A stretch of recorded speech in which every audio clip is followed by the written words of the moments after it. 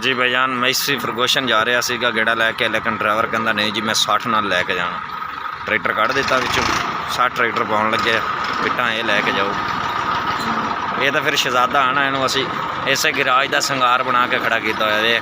Garage के अंदर गड्डी लाक हो रही।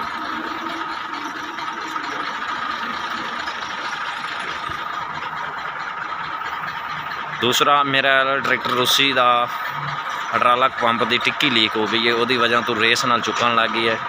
मिस्त्री फोन किया होंदा पाया तो तां कोलों ट्राली तो शेवल चुक के खड़ा किया होया भी जेड़ा मिस्त्री आके इनू सैट करेगा फिर आप नहीं चलावा। भाई सलीम ले जा रहे आइटा का गेड़ा। मिलत तो फिर मिलत ही है ना, लेकिन मैसी तो 60।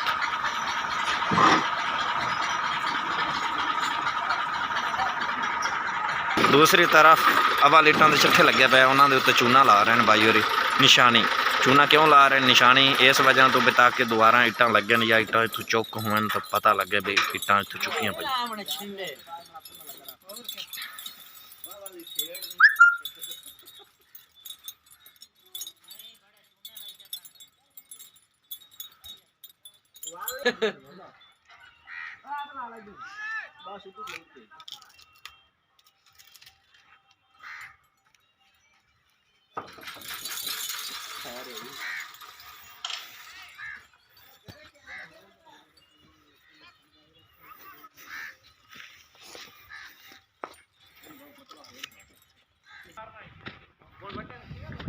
भजन गन्ना चूपना थे, आ जाओ।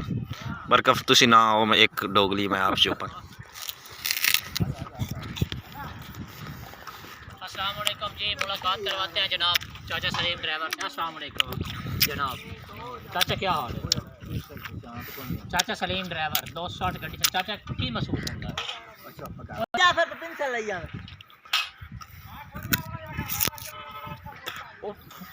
मैं चाह